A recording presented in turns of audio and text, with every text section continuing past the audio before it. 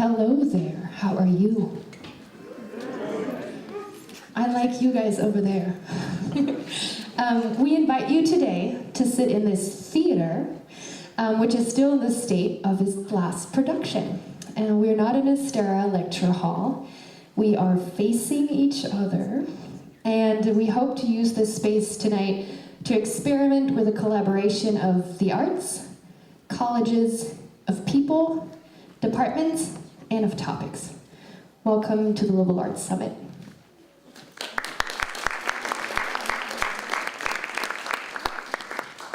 Hi, I'm Ella. I'm a member of the 252 German class at St. Olaf College. And you'll see members of my class doing various jobs helping out tonight. And if I could direct your attention to the word cloud right here.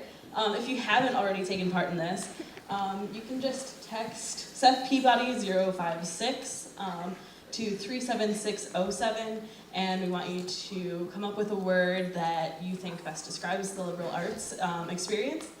And it'll come up in this word cloud right here over the course of the night. And just so you know, there is a little bit of a delay on that, so don't freak out if your word doesn't show up right away. Cool. Thanks, guys.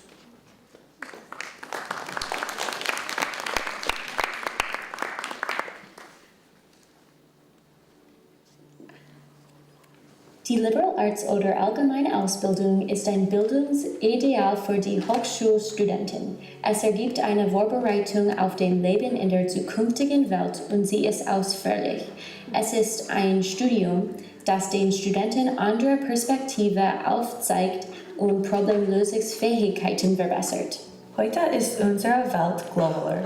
Es ist wichtig für Studenten, viele andere Fächer und kulturelles Verständnis kennenzulernen. Eine ausführliche Bildung hilft den Studenten, eine vergrößerte Weltanschauung zu haben.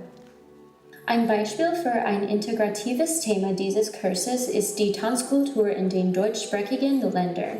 Von der Tanzkultur zu lernen, bringt Konzepte von Politik, Kunst und Gesellschaft mit sich. Der Wiener Opernball verbindet Tanz mit Politik. Deutsch lernen an St. Olaf hat mir viel mehr über Politik in Deutschland und europäische Geschichte beigebracht. Wir haben kritisches Denken verwendet, um nachzudenken darüber, ob es ethisch ist oder nicht. Viele glauben, dass der Opernball ein Symbol des Kapitalismus ist. In Wien ist der Opernball sehr angesehen, aber es gibt Leute, die mit den Ideen des Opernballs nicht übereinstimmen. Sie glauben, es gibt große Probleme, worauf die Welt achten sollte. Mit meiner Allgemeinbildung habe ich die beiden Seiten des Problems kennengelernt und wie man die Situation besser machen kann. Die allgemeine Ausbildung sind ein Weg für Studenten, andere Subjekte auszuforschen, starke Arbeitsethiken zu bauen und flexibles Denken zu lernen. Die deutschen Studien an St. Olaf offenen neue Teile der Welt, um die Geschichte und Kultur der deutschen Städte zu lernen.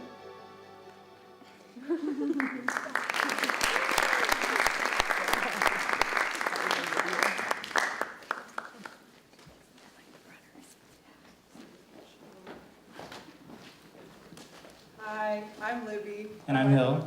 I'll just shout, I'm loud. And we are in Carleton's German 103 class. And so what we have contributed to this summit is we made those absolutely wonderful posters over there that you probably saw when you were walking in.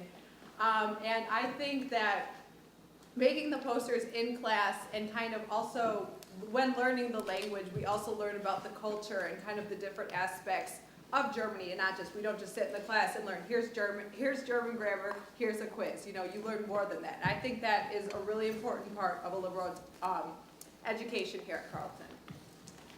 Yeah, so on your way here, you should have gone to Post-it notes, and on those Post-it notes, if you have any questions, feel free to write on them. And there's going to be people, runners, you know, if you want to raise your hand, who can take the Post-it notes from you. I don't know if you want to, like... Yeah, don't feel free to write any questions that you have about... People will take them. And I don't know, you probably saw right before the really amazing iPads with the really cool like movies on them, and those are made by the students at St. Olaf, and I haven't seen much, but what I've seen, they look fantastic. So you should definitely check those out if you get the opportunity. Thanks.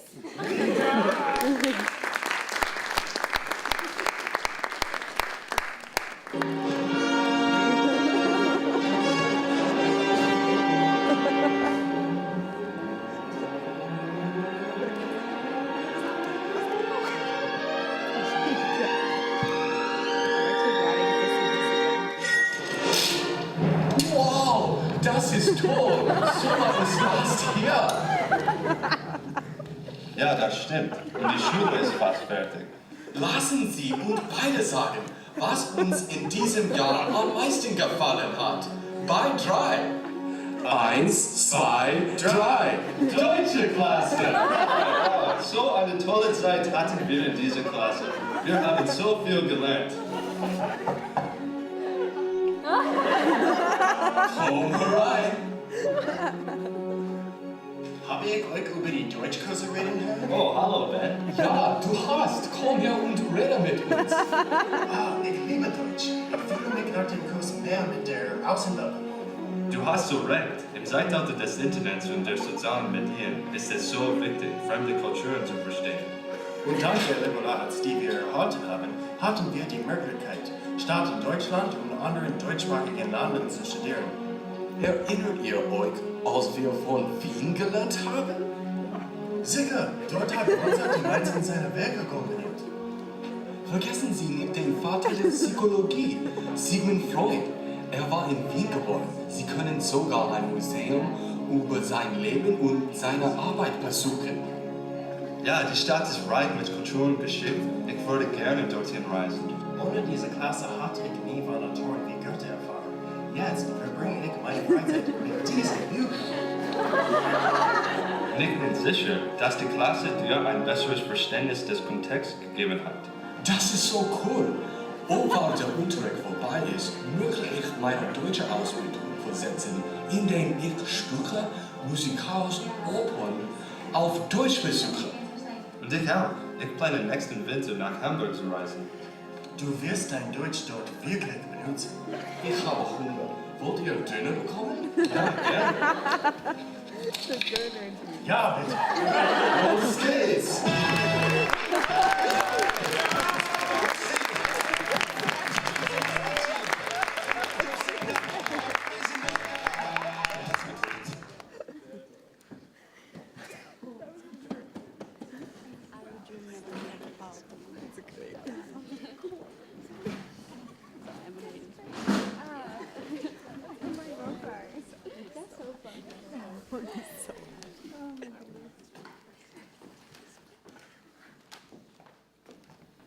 Hi, my name is Mari, and I'm here today with my classmates Daniel, Franz, May, and Kate. We talked about identities and boundaries of the German-speaking world this semester, and one of the main questions that we asked was, what is Heimat? So technically, Heimat means home, but it's much more complicated than that. Heimat is tied up with lots of German history and identity, and so that's why it was a main question of ours throughout the course. And to start thinking about this, we considered our own identities. For example, I identify as American or part of the community of the United States. And I identify as part of the St. Olaf community. And I identify as German. But one thing to consider when thinking about these communities is that we don't actually know a vast majority of people making them up. So they are imagined communities. So we asked the question, whose Heimat is this? It might be easy to think that this is just a home or a lodge in the German or Bavarian or Austrian countryside, but actually it's the Von Trapp family lodge in Vermont. We all know the story of the Trapp family from The Sound of Music, very common movie that we've all seen.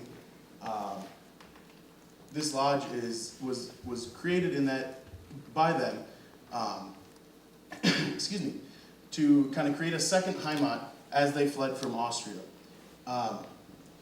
this was their second Heimat and created then that imagined community. We see this lodge most often in 1950s film, Heimat film, Die Traumfamilie in America. The Heimat film genre was created by Germans to kind of boost their identity after the war. But on the other hand, can we turn an anti-Heimat into a Heimat? And I focused on Theresienstadt, which was actually a World War II ghetto that was built to house 7,000 soldiers, but actually during the war accommodated up to 58,000 Jews at a time. And of the 140,000 that entered Theresienstadt, only 8,000 survived to the end of the war. But what you might not know about Theresienstadt is that the Nazis actually allowed the existence of art. And this art helped to provide a sense of home amidst this total oppression of the Holocaust. And this is especially vivid in the children's art that survived the war. Even though this was a ghetto and that there was suffering and hunger and death, we still see, or we don't see any of that in the art, in these pieces of art. And that could be because Heimat can also be just the attempt to create a sense of home where no home exists.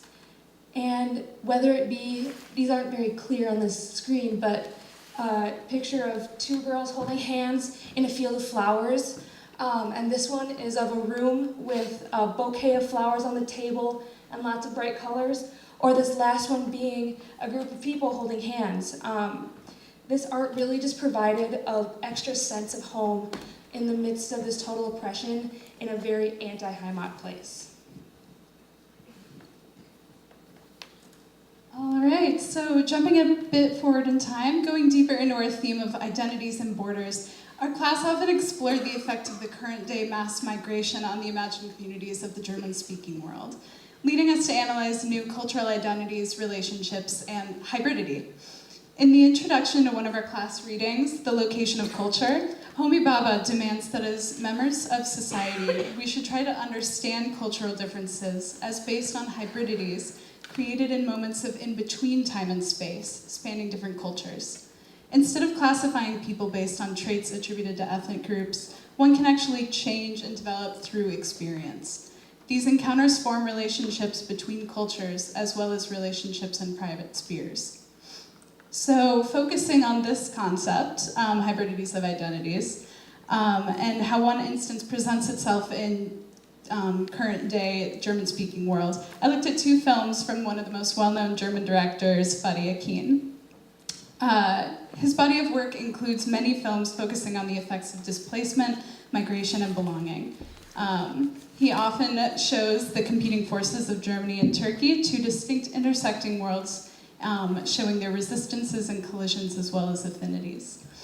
In Gegen die Wand, it shows a Turkish-German man in Hamburg and a sham marriage to a woman to appease her family's patriarchal expectations.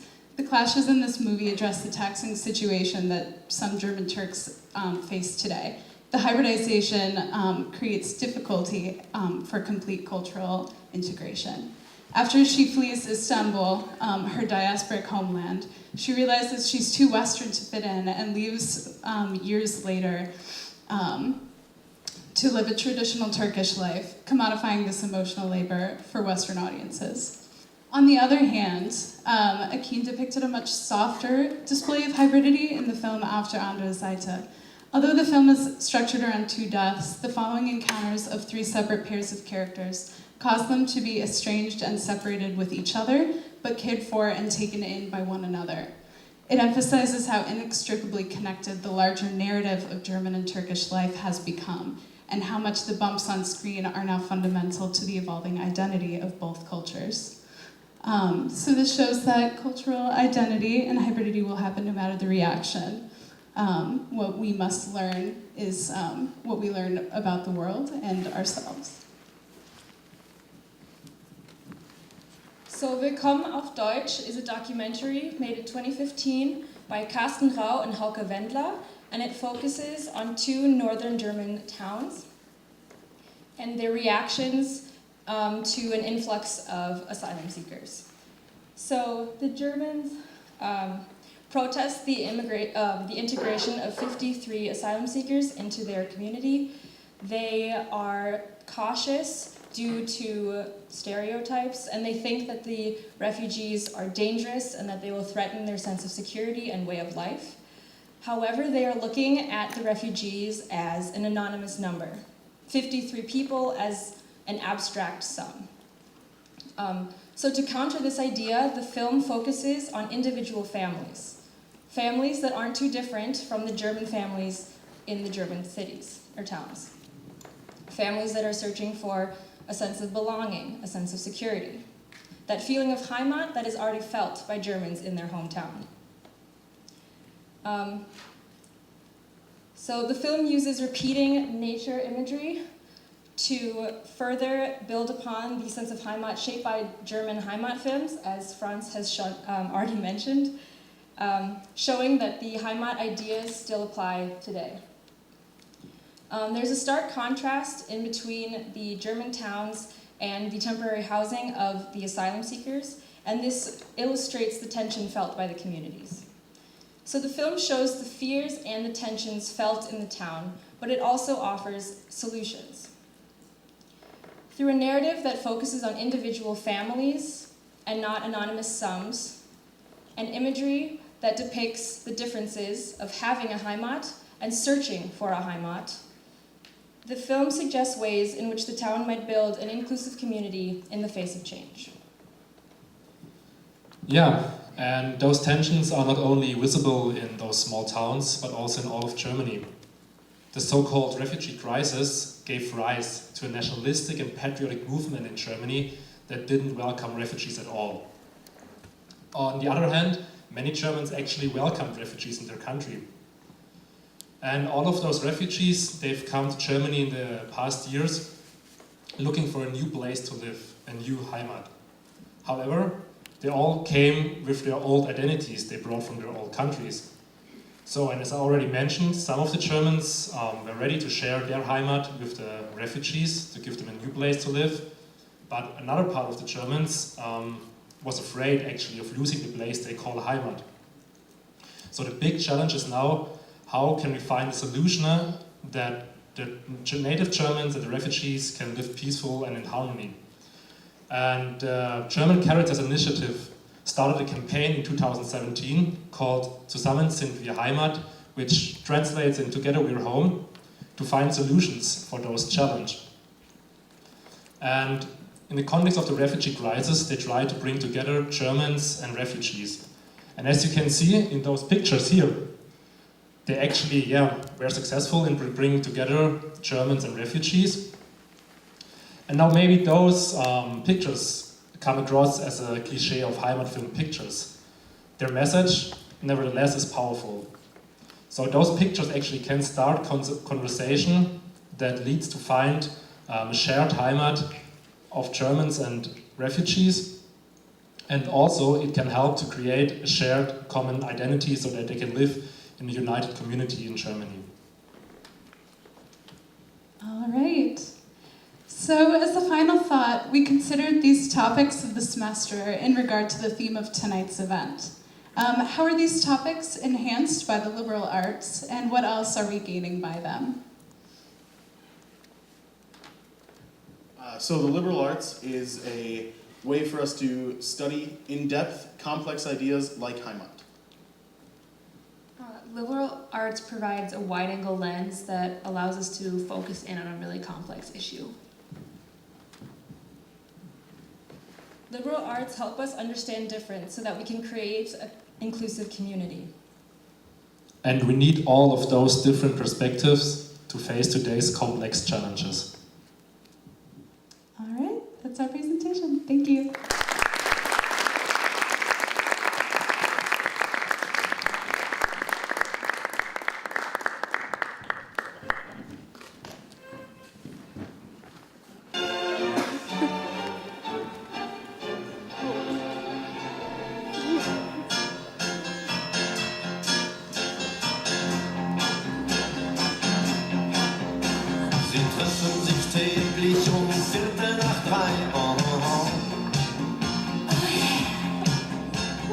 Stammtisch im Eck in der Konditorei.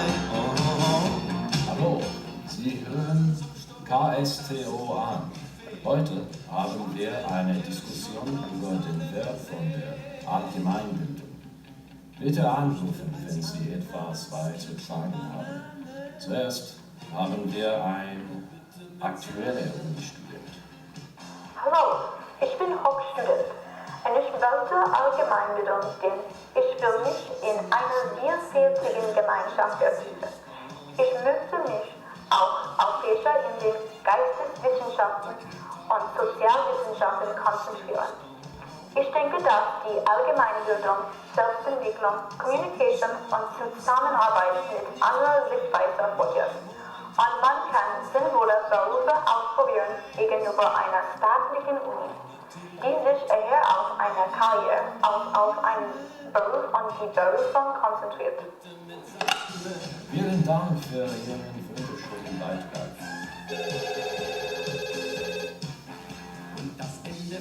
Unser nächster Gast ist ein ehemaliger Student der Universität. Hallo. Hallo, ich bin ein Berufsberater in Berlin. Ich bin sehr froh, eine Liberal Arts Ausbildung zu haben. Es war eine sehr angenehme Erfahrung, viele andere Subjekten ausgesetzt zu sein. Es war mit großer Freiheit und Ruhe getan. Eine Liberal Arts Ausbildung ist mehr nützlich für mich in der echten Welt. Viele Organisationen und Firmen finden Liberal Arts Studenten am besten zu einstellen, weil sie mehr biegsam und anpassbar sind, eine größere Auswahl von Erfahrungen zu haben. Arbeiten finden ist sehr interessant. Deutsch lernen und sprechen daneben der Ausbildung war sehr wichtig für mich, weil ich zu reisen liebe. Weil ich Deutsch lernte, konnte ich meine Ausbildung in einer mehr weltlichen Ausrichtung bewerben. Vielen Dank. Unsere Zeit ist abgelaufen. Danke an alle, die heute zugehört haben. Tschüss. Aber bitte mit Sahne.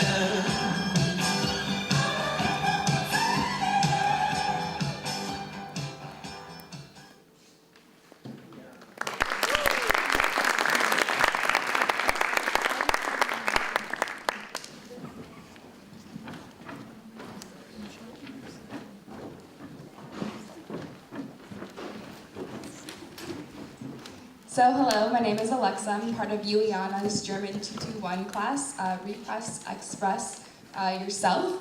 And this term we are looking at gender and sexuality in the turn of the century Vienna.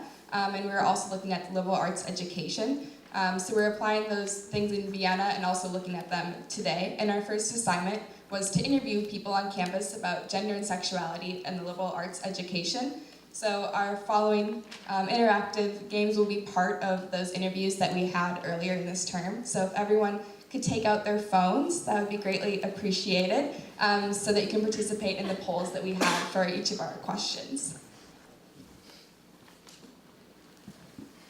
All right, so for our first question, we'd like you to respond to the following statement in terms of strongly agree to strongly disagree. The liberal arts schools facilitate discussions about gender and sexuality more so than other schools.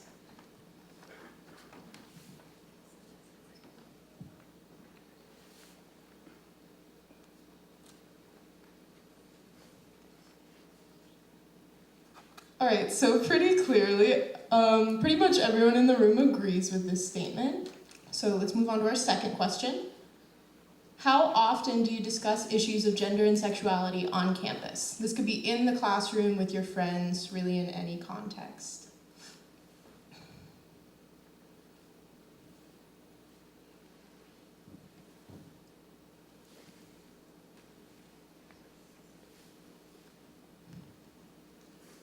All right, so it looks like our idea is that the liberal arts schools should be more likely to facilitate these discussions are essentially true, but maybe we still have more work to do because these discussions aren't happening maybe as much as they should if so many people are responding that they only occasionally have these discussions on campus.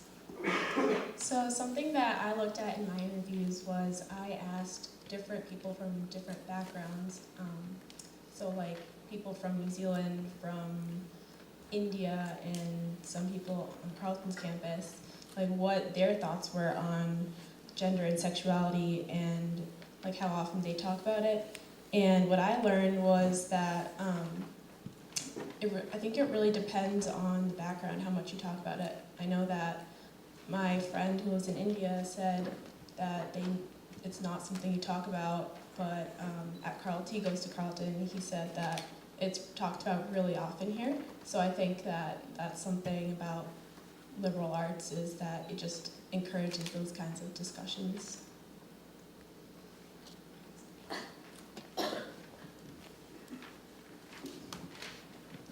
All right, so seeing as these discussions do happen on campus, we were wondering where those discussions are more likely to happen. So if everyone can respond to the first question of where do you see discussions about gender and sexuality the most?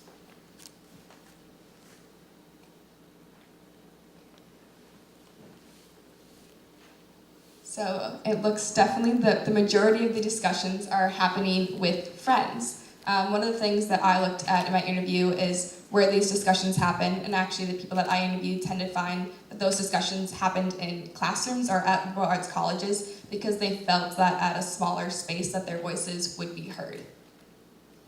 Yeah, I mean, in my interviews as well, I talk to people, and it's interesting to see that so many people are talking about it outside of the classroom, and they don't find it as common in in-class discussions. So the next question, or statement we have is, college should require a class about gender and sexuality. So you can agree or disagree with that.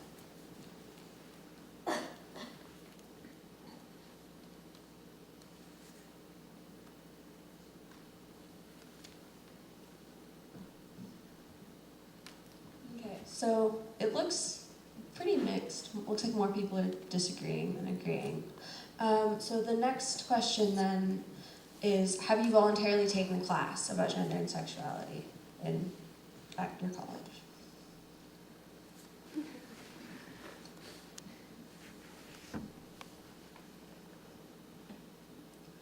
Okay, so it looks like most of the people haven't. And that was something that I found in my interviews, because I was curious. These discussions aren't really happening in the classroom, but do we think they should be?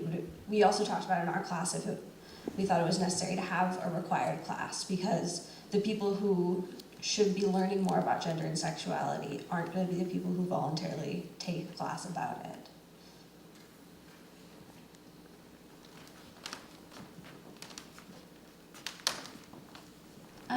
Okay, so Gregor and I talked about how gender and sexuality are approached in our educational systems today, as well as in Vienna in the turn of the century, which is what our class is about. So if you could go ahead and answer this first question, what has been your primary source of information regarding gender and sexuality?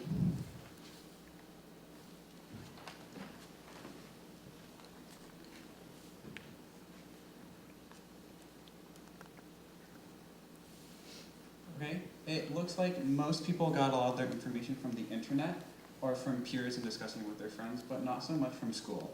And this is something that both of us found as well, is that a lot of people weren't getting their information from education through school. Despite like the formal sex ed classes that many public schools in America have, this isn't the primary source of information for a lot of people. So the next question, when did you first feel confident in your knowledge regarding issues of gender and sexuality?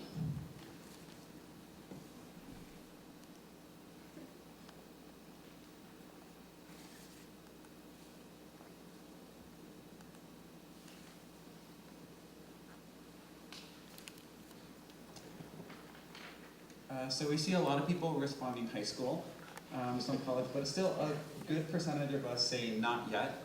And I think this is indicative of the state of our education on issues of gender and sexuality and the need for more discourse in our community. Yeah, so when we were looking at gender and sexuality in Vienna at the turn of the century, this wasn't even something that would be happening, this sort of discussion. And it was very different between boys and girls.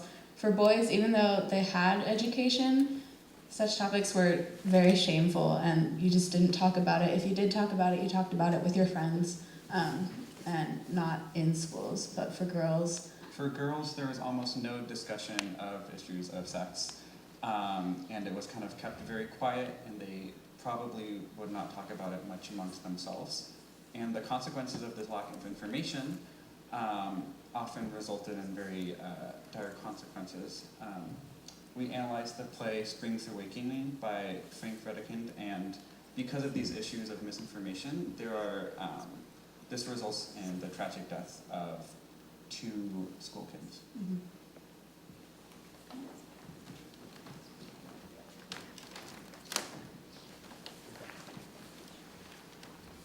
Okay. So, Annie and I looked at issues of gender in the liberal arts, and for your first question from us, we were wondering, do certain academic subjects have specific gender dynamics, either like female-dominated or male-dominated? Cool. Yeah, that seems to be about what our surveys found. Interesting, we have some disagreement. But yeah, for the most part, there do seem to be certain academic subjects with specific gender dynamics swinging one way or the other. And during my interviews, I found that we kept diverting off into this discussion on bro culture within certain majors. And so I ended up sending out a poll to the entire school. I got 395 responses with what they thought were the broiest majors. So for our next poll, I was wondering, what do you feel are the most broy majors at your school?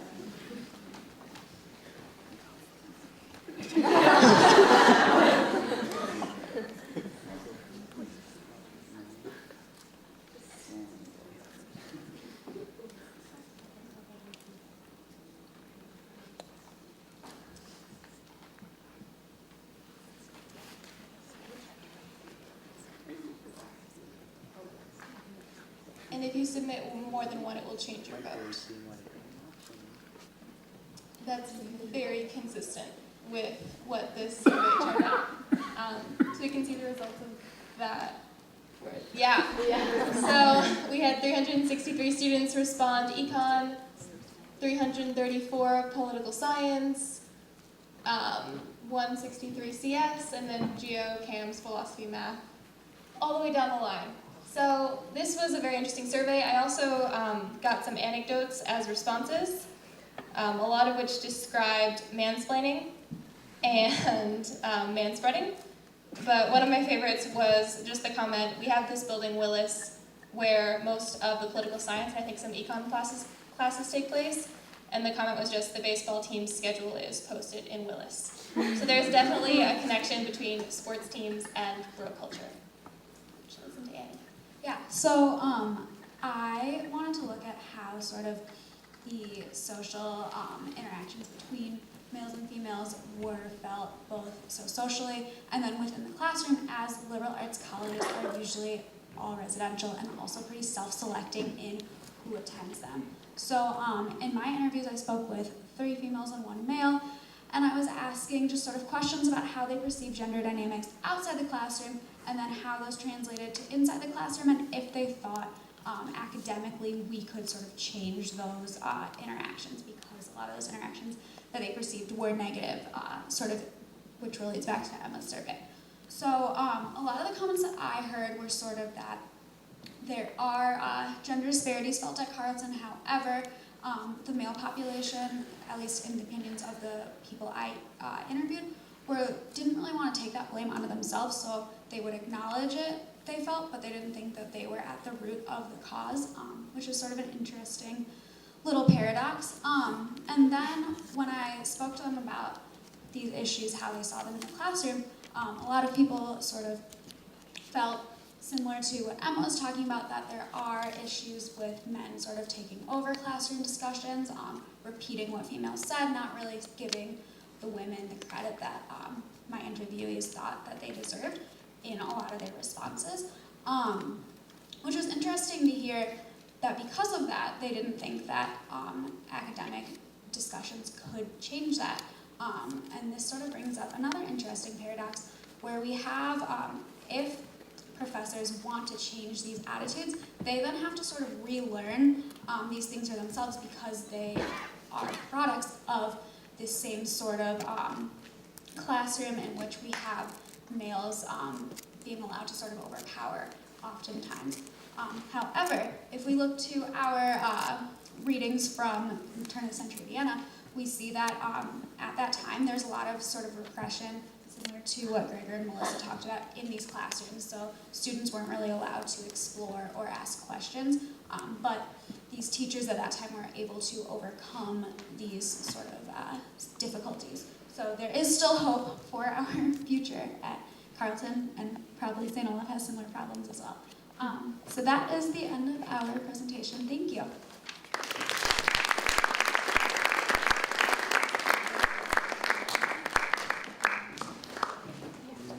Wir drei sind sehr unterschiedliche Menschen.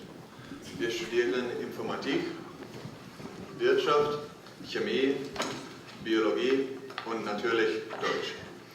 Wir sind unterschiedlichen fachlichen Interessen, haben alle von uns eine allgemeine Bildung gewählt. Wir möchten eine Ausbildung, die uns fachliches Wissen gibt. Eine Ausbildung, die uns nicht für berufliches Urteilsvermögen gibt, sondern auch eine Weltanschauung. Wir bekommen solche Ausbildung von all unseren Kursen, aber am meisten in Deutsch. In Deutschkursen lernen wir nicht nur, wie man die deutsche Sprache schreibt und spricht. Wir lernen alle Perspektiven der deutschen Kultur kennen, mit Diskussion über die heutige und vergangene Kultur, Geschichte und Interessen. Zum Beispiel, dieses Semester haben wir oft über heutige Probleme in historischen Kontexten gesprochen, wie Flüchtlinge von sowohl Syrien als auch nach dem Zweiten Weltkrieg und wie wir alte problematische Traditionen wie die Wiener Stadtopernbau handeln können. Diese Perspektiven helfen uns, unsere eigene Kultur und heutige Probleme zu betrachten, um sowohl kritisch als auch dankbar gegenüber und für unsere Kultur zu sein. Dieses kulturelle Lernen findet nicht nur im Klassenzimmer statt. Ein tieferes Verständnis von Deutschland bekommen wir auch durch unsere Außenaktivitäten, wie entsprechende Filme und Lekturen, wenn wir unsere Deutschfähigkeiten ausüben. Alle diese Dinge helfen uns, eine globale Denkart zu entwickeln, und das ist nicht nur für diejenigen, die Deutsch als Hauptfach studieren. Was die Allgemeinbildung einzigartig macht, ist genau diese Anforderung, dass alle Studierende Fremdsprachen lernen. Die Kenntnisse anderer Sprachen und anderer Kulturen verbinden alle Studenten und geben uns alle die Weltperspektive und das Wissen, die uns auf die heutige Welt vorbereiten. Wir sind nur ein Teil der Welt und unsere Ausbildung hilft uns, unsere Rolle darin zu finden.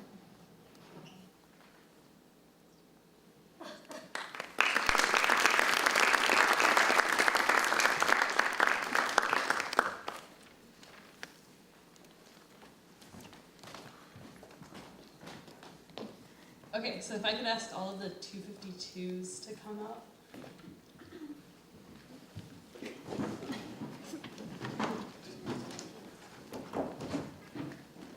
Okay, so the plan for tonight was to have people write questions on sticky notes, and we would put them on the board and kind of answer have your questions ready for discussion after.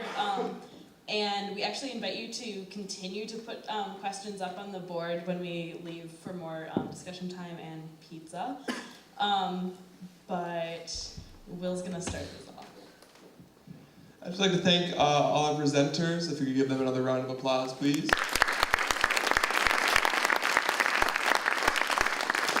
Guys, I recommend checking out the posters over there. It's great stuff. And I'd like to congratulate all of the video winners. If they could stand up, please. The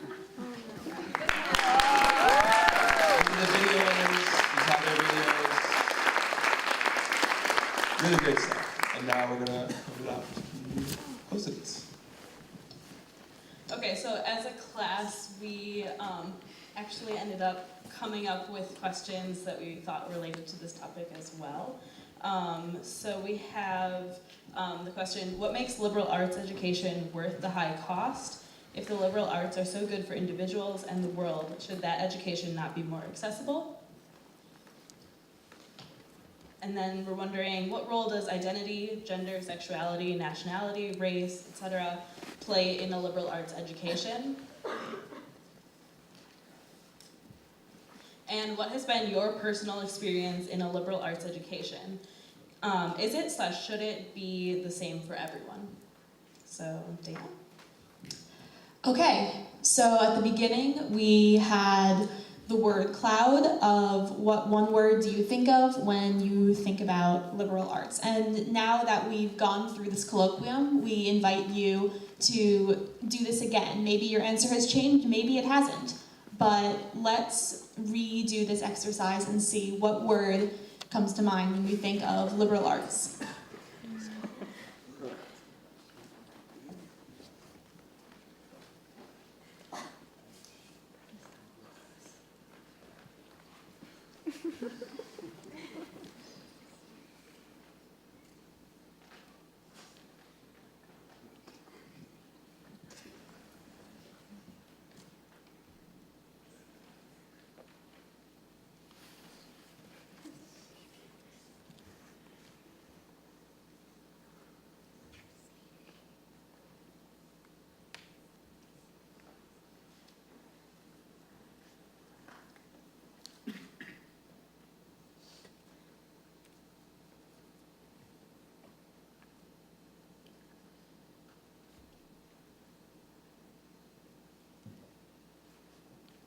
Yeah, I think we can see that there have definitely been some changes up there. Maybe some for the better, maybe some people have changed their opinions, and that's great. That's the point of why we do colloquiums like this. So I think we hand this off to the professors now to close this out.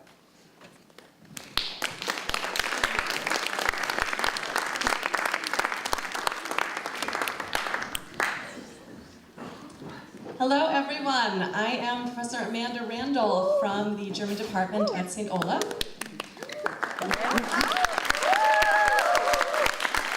Hi, I'm Josiah Simon, and teaching 103 at Carleton with Juliana this term. Hi. Hi, I'm Juliana, and I'm at Carleton, and I'm partly 103 and partly 221, so I'm a split person. And I know that Seth is meeting the pizza, so I hope he will come in so he can introduce himself as well. But what I wanted to do is thank a few people, and then maybe we want to say something else, which I don't want to say.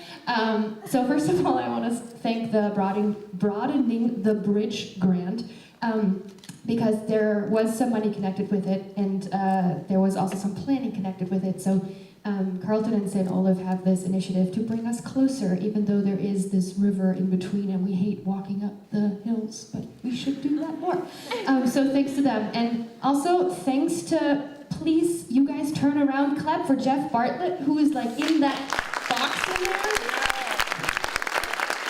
Because he offered his time voluntarily. I've never heard such a thing of a very, very busy person. So I'm super, super stoked that he just said, yeah, I'll come and I'll do this. I was like, oh my God, yes, awesome. And I'm thanking my colleagues, and I think you guys can say something. I'll say something very, very briefly. So I'm so thrilled to see all of us in class together, and I think it's amazing to see German students coming together. Last fall, we did a short trip to St. Paul. Is anyone here that did the St. Paul trip or that interview? Yeah, so maybe not, but that was great. We were all in a little bus together, 20 people, and what's amazing is studying German, studying liberal arts, we all have so much in common. So I would encourage you on your own and together, especially the student organizers, to do more events together as German students. St. Olaf has a cool German house. Carleton students, we've been over there. So yeah, get together. I think it's really great and interesting to see what we're doing in the different German classes. And it's really similar. We're talking about the same things, we have the same concerns, and so there's friendships to be made in both places. So yeah, thanks for coming here. This is awesome.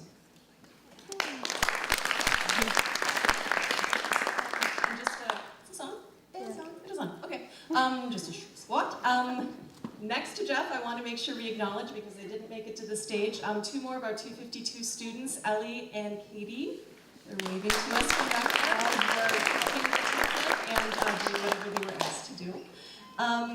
Again, Mr. Peabody is presumably meeting the pizza. This is now Ellie's job, because Ellie has to take down the mic. Echoing my colleagues, thank you, Juliana. You have been the driving force connecting us to this space, so thank you. And I would suggest look at the Post-its, ask your neighbor. I hope you don't know your neighbor yet. Ask them for their name, maybe even in German. I think we speak that language. Look at the posters. The iPads will be coming back, so you won't verhungern until the pizza comes. Oh my god, my two languages. Stick around and just